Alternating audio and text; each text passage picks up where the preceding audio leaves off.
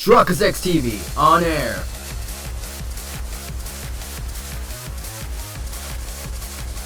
We are now live in 3, 2, 1.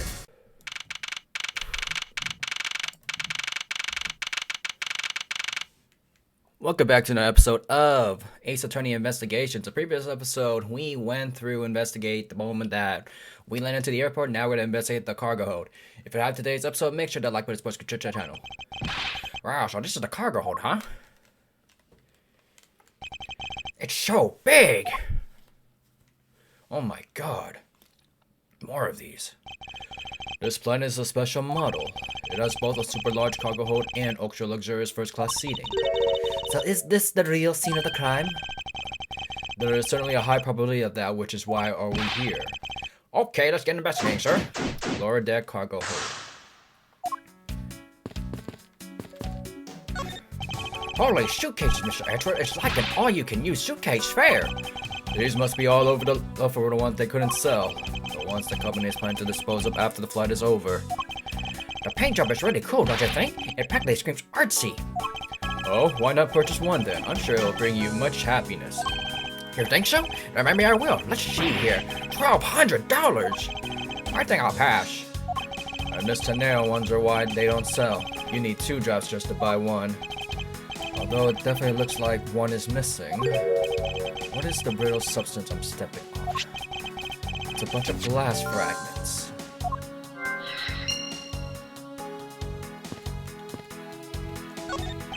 Hey, what's with the suitcase, pal? It's what the victim checked in, sir. So this is a suitcase belonging to Mr. Hicks. I don't think he'd mind if we took a closer look. There's nothing out of the ordinary in here, sir. Wait, a file. And there's a photo of Miss Von Karma in it, sir. It looks like a profile on Von Ziska. Why would Mr. Hicks have had a file on her? Let's check the file. Damn it. I want to see that file. Dude, it's not gonna let us to freaking read it. That's crazy. Keeping track on this many pieces of cargo must be very taxing on the cargo crew. This sure brings back memories of when I worked as a part-time mover, sir. By the looks of his eye, he's waiting for me to ask about the rest of the story. But no matter how he pours down the puppy eyes, I have no intention of doing so. And he got sad after that. Oh, I love pushing the buttons on elevators and crosswalk signals. Here, you should give it a try, sir. Go on, push it. The elevator is currently stopped on the first floor, detective. It can't move. Oh yeah, I guess nothing would happen if you push it now. Well, nothing would have happened normally anyway without the special key card. Both the door to the attendance room and the elevator's control panels require a key card, which makes it impossible for a passenger to come down here. All sorts of boxes are piled up here. This one says flammable. This one it says pharmaceuticals. This one says for exorcism use only. Just what kind of operation is this airline running? Have you noticed anything strange happening around here? No, sir, I haven't noticed a thing. I'm not sure that he meant that sounds oblivious. You arrive at the scene of the crime before Detective Gumshoe, correct? And you then immediately began to direct the investigation. It seems to me that you were already here at this airport for something besides the murder. Yes, I was. I've been following a very large and involved governmental level international crime, but it's much too large for one person to take on alone. So it was decided that I should form a joint investigation with Interpol. Interpol is involved? It's a top secret operation, so I really can't tell you many more than I already have.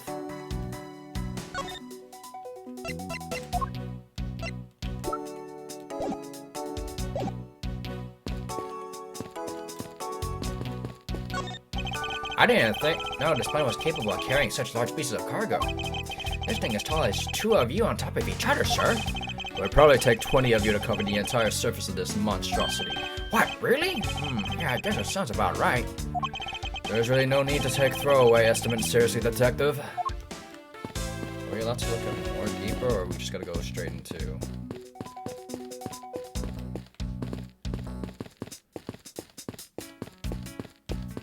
so it's to this thing now. I don't know. What are we supposed to present her? Wait.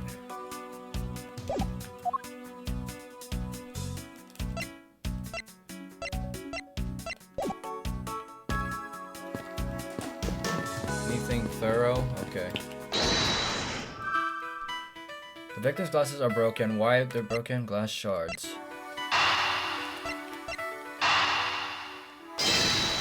My HP was not healed. That's crazy. I think we could safely conclude that these fragments are a pair of glasses.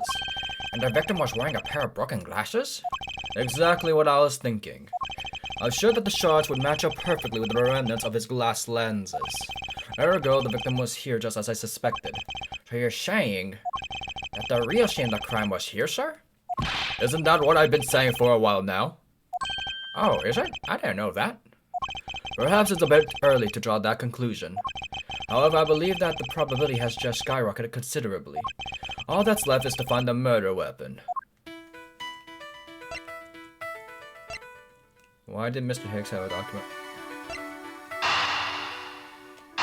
Let's try it.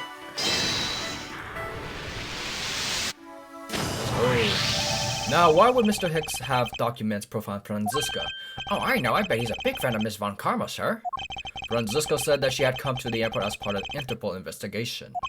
Oh, maybe Mr. Hicks had heard she was coming here and he followed her. Detective, I think it's more likely that Mr. Hicks was, in actuality, Interpol Agent Hicks. I think Franziska has some explaining to do.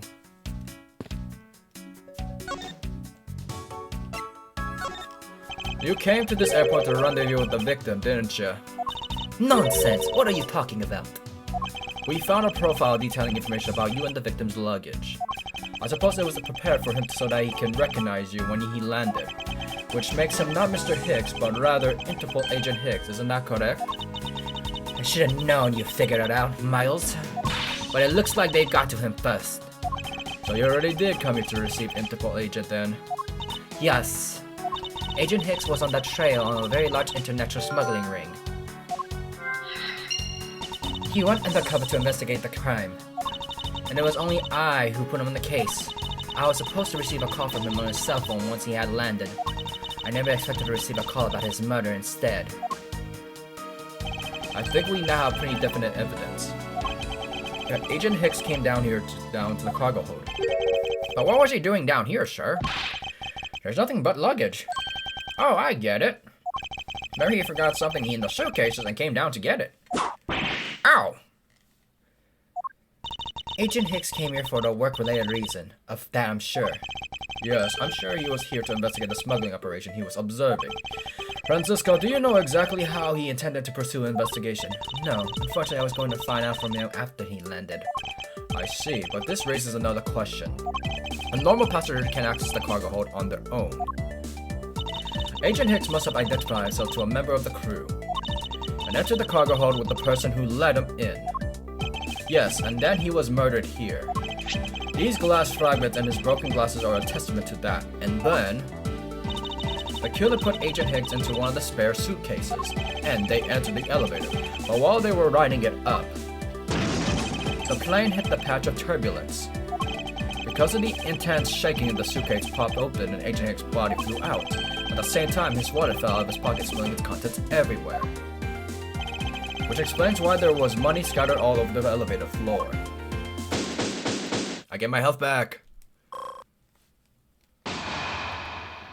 I think it's pretty easy to say who the culprit is at this stage. What? Really, sir? I know what you're thinking, Miles Edgeworth. But the killer can be none other than Miss Rhoda Tornado.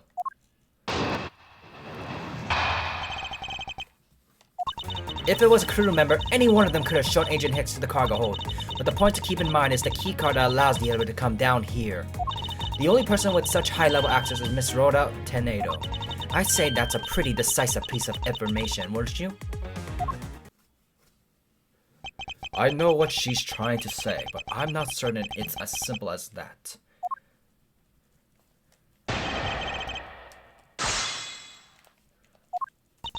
If it was a crew member, any one of them could have shown Agent Hicks to the cargo hold, but to the point, keep in mind the key card is the only... Okay.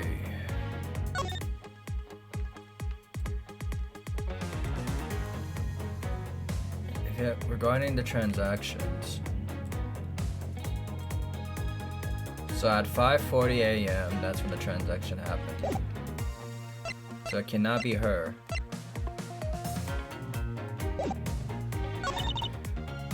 If it was any criminal, blah blah, but the point.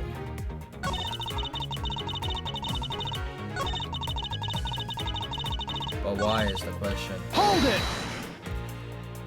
Why would such important things like the keycard be entrusted to only one person? According to Cammy Melee, Rhoda Tornado is charged of the most important stuff. Then what exactly is Miss Melee charged of? Chatting it up with the foolish captain, apparently. She was being so foolishly foolish that I didn't want to ask what. Ah, I understand how you feel, but whipping me just now just kung fu. In the end, the only one who could let Agent Hicks into the held was Rhoda Tornado. I'd say that's pretty. We need more. Hold it! Well, it's highly likely the keycard was stolen from Miss Tornado. It's highly likely. Is that possibly the best you could come with? And you call yourself a disciple of my father? Yes, well, while I don't have any evidence, Be quiet! You're a disgrace. There's more evidence pointing to Miss Rhoda Tornado, you know. It's not just the keycard that gives her away. Are you talking about the murder weapon that Captain Ugo piggy bank? Yes, she is also the only person with the key to open the display case. Further, there is the matter of the key to the display case that held to the murder's bank. Hold it! But that is a fake. Stop right there, Miles Edgeworth. You don't have any proof that this is just a red herring. If you must keep on insisting that it's a fake, then what is the real murder weapon and where did it go? Speeches, I see. That's not a surprise. After all, you know that we searched the entire cargo hold and came up empty-handed. There must be a way. There must be something that can help me rule out the piggy bank as the murder weapon. What should be examined further to help us ascertain the authenticity of the weapon? Not the piggy bank. We got 3 choices.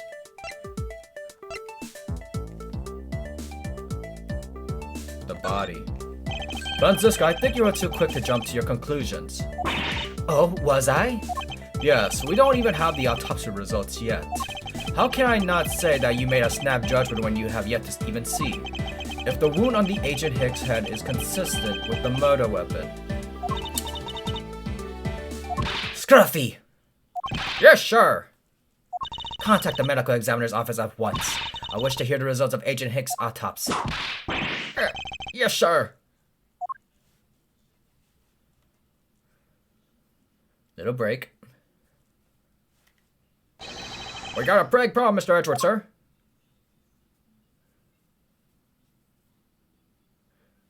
What is it, detective? They're still doing the autopsy, but they said that they already know one thing's for sure. Report now. The doc said that it's one giant bruise from a beating from his shoulder down to the mid-back.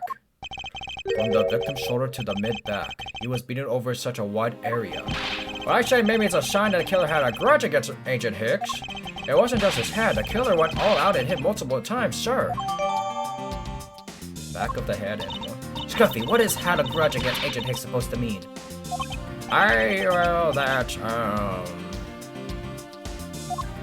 Was the wound on the victim's head consistent with the murder weapon, detective? Oh, well, they said they were still looking into that, sir. You're completely useless. Ow! Sir, I told you already, you can't go down there. No, you remove yourself from my way. What is all that racket? My luggage, my cargo, they're mine, and I demand you return them to me. We're still investigating the cargo hold. Please, understand and have a little patience. I suppose there is no choice. Finally, I think he gave... Hey, what are you... You have left me no choice but to use strong force. You won't get past me. This is... Wait, that's... What's this whole thing been about? Father, this is a matter of the key to display the case that had the mysterious bank. After all, you know that we searched the entire cargo and came empty-handed. Ugh. The doc said that it's one giant bruise from a beating from his shoulder down to his mid-back. Ugh.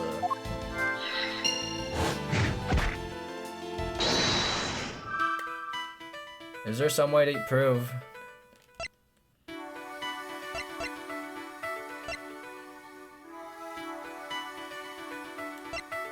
Nobody could find anything that could be considered the real.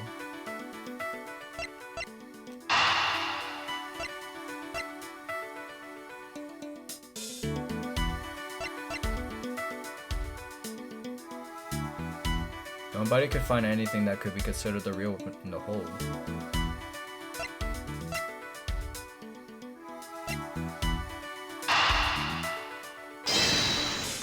It doesn't matter which way. We're getting close. Oh, let's go. Allegedly, the killer struck the victim many times over, which is why there's extensive bruising over such a wide area. But is that really the correct conclusion to draw from the evidence? The bruise from his shoulder to the middle of his back is one continuous mark, which is more suggestive of a single blow to the back. If that's the case, then the piggy bank is much too small to have caused that. Therefore, the murder weapon must be something far bigger.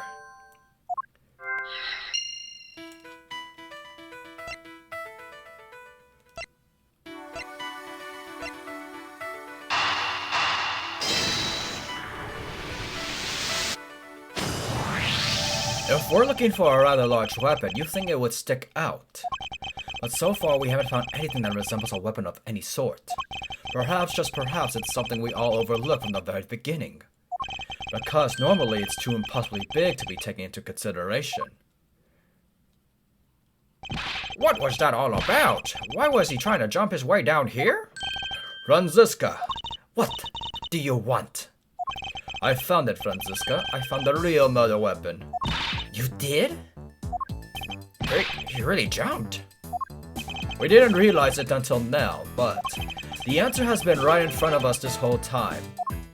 He might be hurt. We should go check up on him, sir. There's that pompous attitude of yours again. You should learn to drop that habit. This coming from a prosecutor with a habit of whipping everyone she comes across. Anyway, if you really are a prosecutor, then you'll back yourself up with evidence. You two aren't listening at all, are you? Come on then, show me this real murder weapon you speak of. This is the real murder weapon.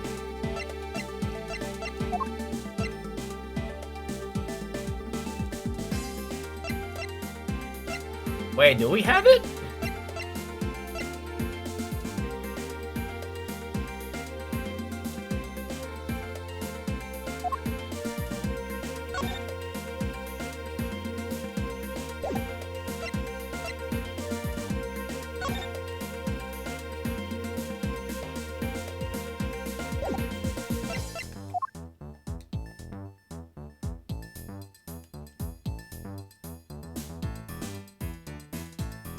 Do we have the thing?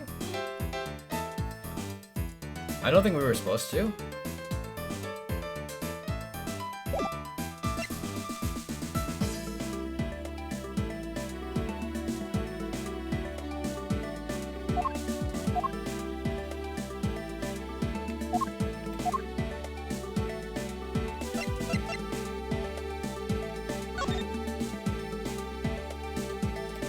What am I looking?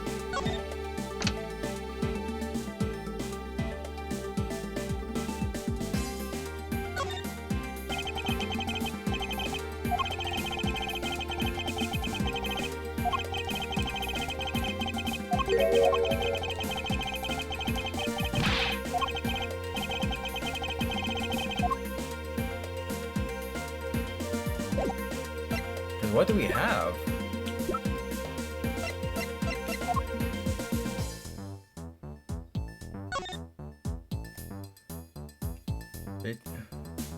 Time of death, 3 a.m. to 4:30.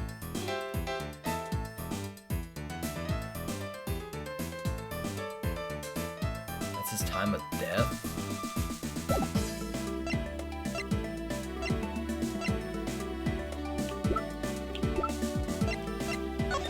But when was this taken?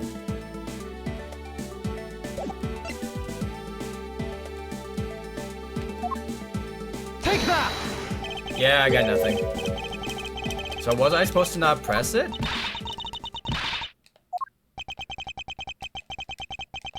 I was not supposed to press it, huh?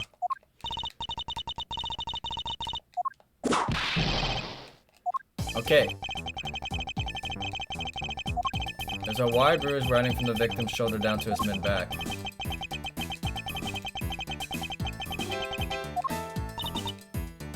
Don't show evidence to show. We're talking because he's got it. What a foolish fool from a foolishly foolish fool meant to fool me. What do you mean I don't have evidence to show? Perhaps I should have phrased it at that which caused Agent Hicks' death is corporeal. Forgive me, but I do believe I have to figure out what was the real cause of death. Free fall? The victim fell from a great height and subsequently died as a result. In other words, the real cause of death is free falling to the ground. He fell to his death? Yes, this is the only possible possibility. The victim has extensive bruising on the back of his head and in back. The only rational explanation for these injuries is that he fell to his death. But the murder happened inside this plane. I know. Are you claiming that there is some place in this plane which he felt he could have fallen from? As I said earlier, the answer has been right in front of us the entire time. You can't mean... Yes, I do. The victim fell from top of the stairs of this very cargo hold. What? Darren. We're in trouble. We may have a second death on our hands, sir. Hey, you! Tell me you aren't dead, pal! Quiet! Why are you screaming? He's alive! And there you have it, Miles Edgeworth. It's not possible that Agent Hicks fell over the railing to his death. That man is living proof of that. I suppose it's true that it's not possible given the current circumstances. The current circumstances? What is that supposed to mean? Suppose a large piece of cargo wasn't there at the time. What would have happened then? It would have been Borgina Pancake for sure, sir. I suppose that man over there wouldn't still be breathing. But the reality is the cargo box is there, so there is no point entertaining your wild hypothetical scenarios. It may be there now, but there's no proof that it was always there. Ha! As if there would have been a window of time when the giant box was not there. Ha! But there was. What? What can I use to show her that's possible the box was not always there when it was now?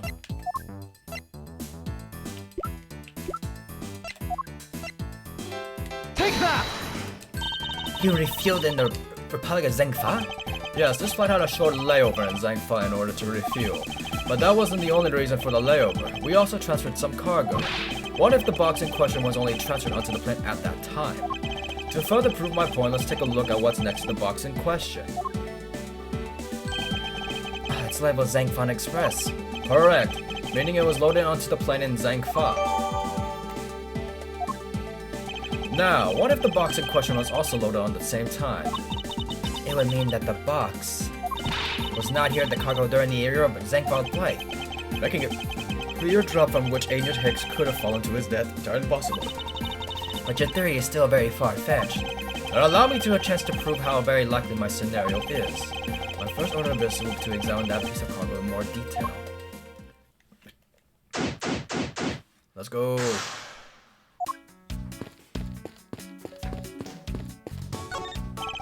Keeping track of this many pieces of cargo must be very taxing on the cargo crew. This sure brings back memories on when I worked as a part-time mover, sir. By the look, we already went through this, right?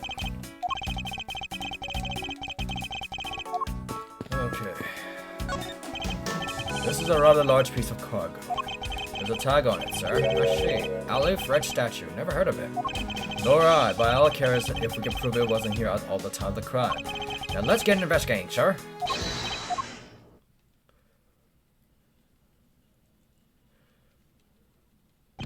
Look here, do not touch my possession without permission. Don't rush up on me like that, pal. So this belongs to Mr. LeBlanc, does it? I should see what else can I find from him. I take it that this large piece of cargo belongs to you, Mr. LeBlanc? Of course it's mine. I shipped a fine piece of art from Europe. The Alif Red Statue is worth 10 million cents. No, maybe much more. Mr. LeBlanc could be choosing this plane. Must have been the large cargo hold. 10 million cents? I suggest you stop trying to calculate how many packets of noodles that makes, detective. Darn, how did you do that? I feel like you keep getting better and better at seeing right through me every year. Though I grow with each revolution of the planet around the sun, I have the distinct impression he continues to madly spin in place. Hey, Mr. Edwards, so that 10 million cents, is that in euros or in dollars? Does it really make a difference to our case? Mr. LeBlanc, there's a chance that your cargo is related to our murder case. I was wondering if you allow us to examine it a bit closer. It's a very valuable piece of art, so no, there will be no touching.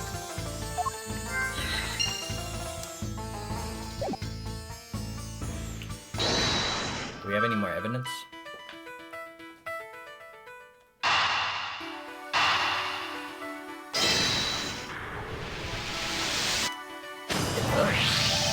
If Mr. LeBlanc has something to do with the smuggling ring, then it's possible that the fake statue was brought on board in Zangfa. I think I need to question him a bit further. About your statue, Mr. LeBlanc, I wonder if it might be fake. What? How dare you say my art is fake? I suspect that your statue might be the target of an international smuggling ring. Don't say such fantastical things, those thieves would not dare. I have the certification of my cargo right here. Do you mean the cargo certification document? Mr. Zinc LeBlanc, why didn't you say so earlier? Please show it to us once. I can't read this. What does it say? It shows a plane that a cargo was put onto the plane in Europe. And there you have it, Miles Edward. Too bad for you. This statue was brought on board in Europe, just as it states in the certificate. No, that's... Which means that there never was a window of time in which the statue was sitting there.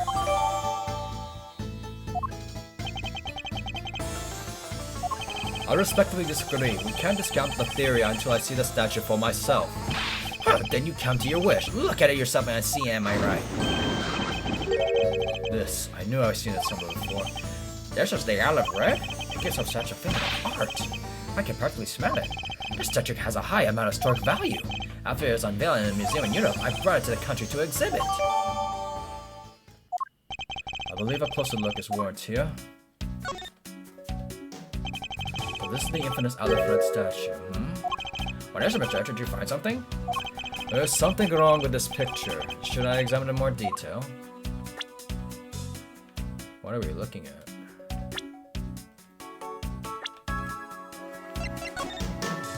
The eyes?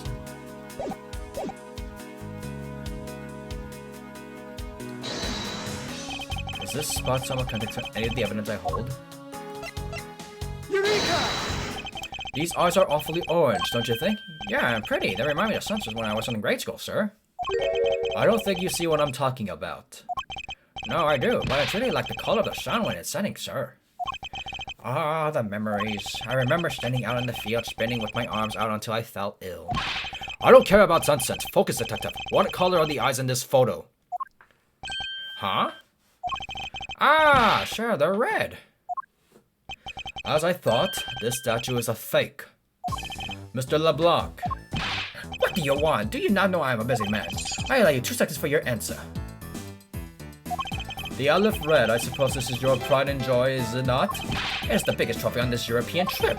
Do you know why I wanted to possess this statue? The trigger started 17 years ago.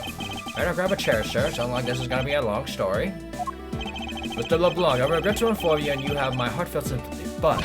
What is that? Sympathy for what? You'll see, I'd like you to compare the eyes. That large fellow there was bright and pretty eyes compared to you. I want to talk about the two of us. I want the eyes of the statue. One of us in this photo. Why, the sudden yelling now then? Ugh! It's a photo of the statue on display in the museum. Now, do you see, Mr. LeBlanc? The statue before us is a fake. A fake? I believe that even further examination will be required. Now that we have confirmed that this is indeed a fake, there must be some sort of proof that this was brought on board in Zangfa, and I will present to you evidence that will resolve the remaining contradiction. Oh, I didn't even look at anything else.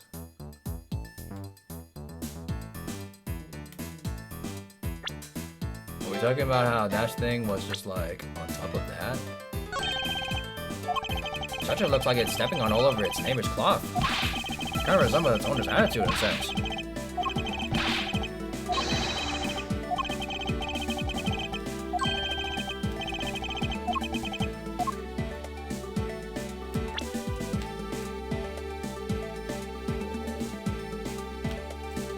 There must be some proof that this was brought on board in Zangfa.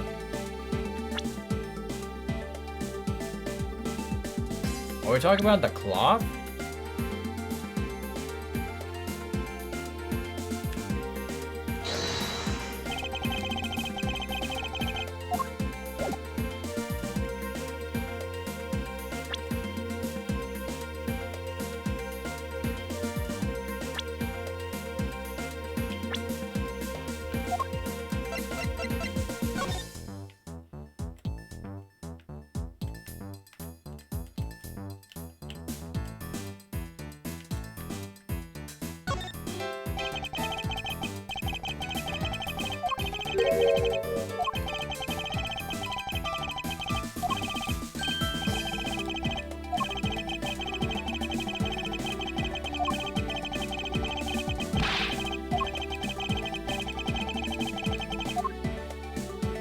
What exactly am I looking at?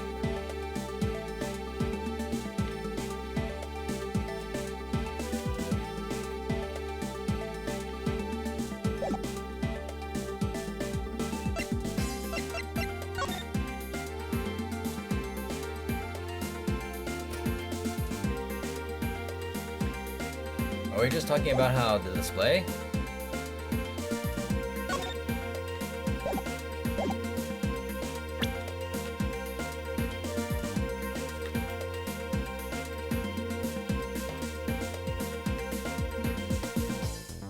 I believe that there must be some sort of proof that this was brought on board in Zangfa.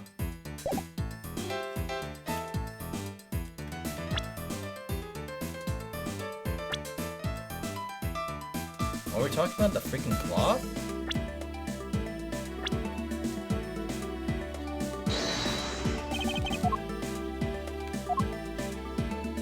I don't know. Eureka! Yeah, we're not getting here. I don't know what I'm looking for. So the answer that we're looking for is how was this transferred to Zangfa, right?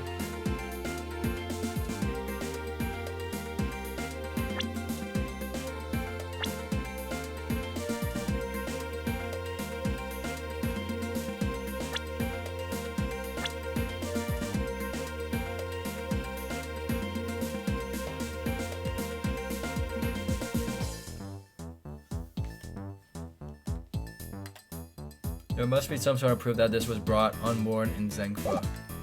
But what are we looking at? What exactly is proof? And what evidence does suggest that it was brought over?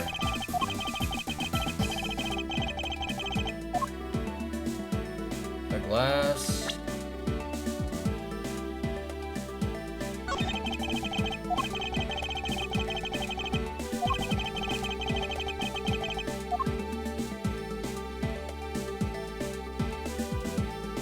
How can we deduce that this is a fake? How was it transported?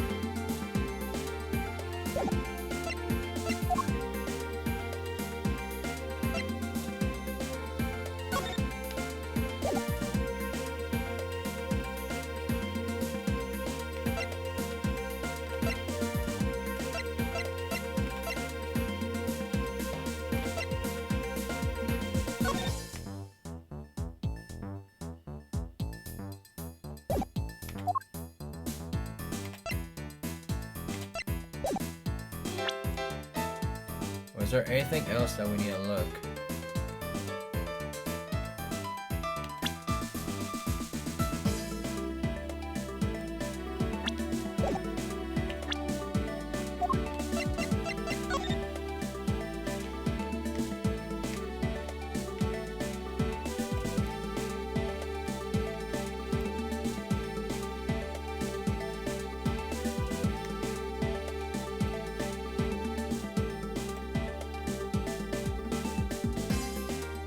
How was it transported?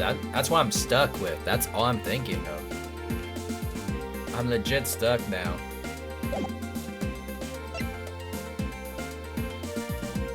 A world famous export of Virginia.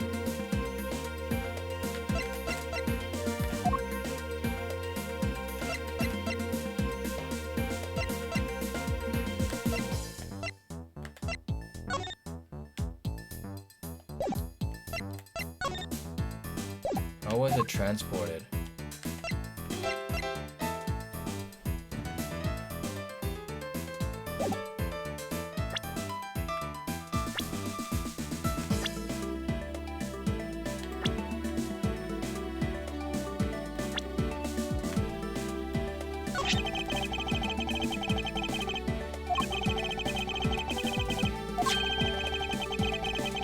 I might just have to look it up because I don't know what I'm looking at here.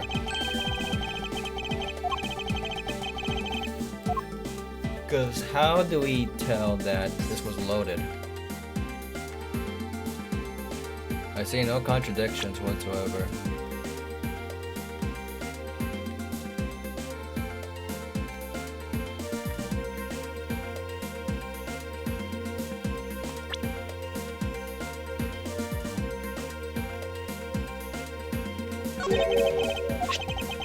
It's a second on this cloth, sir. Something is tugging on the corner of my mind as though something is out of place.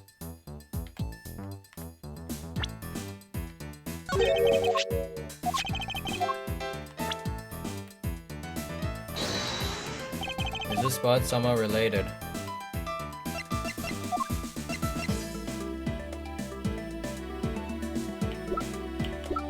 This? Eureka! No. So how does it relate?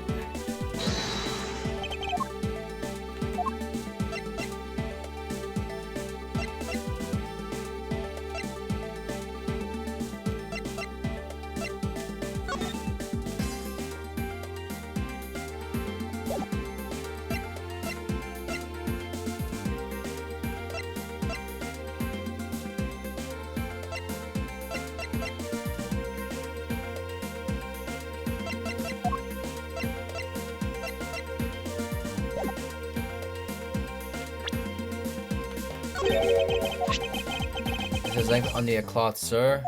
Something is tugging on the corner of my mind as though something is out of place. Something that is out of place, but what are we talking about here?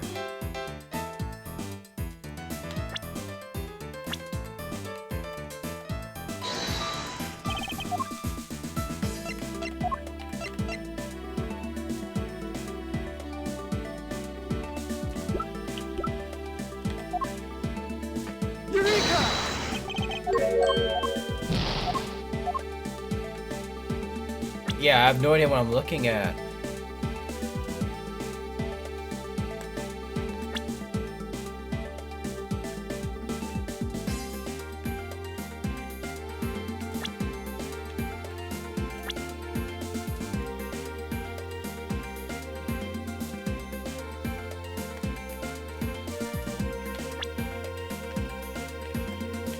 Yeah, I'm kind of stuck right now. Because what exactly are we going at? Yes, unlike a certain, he needs to try a little harder, blah blah.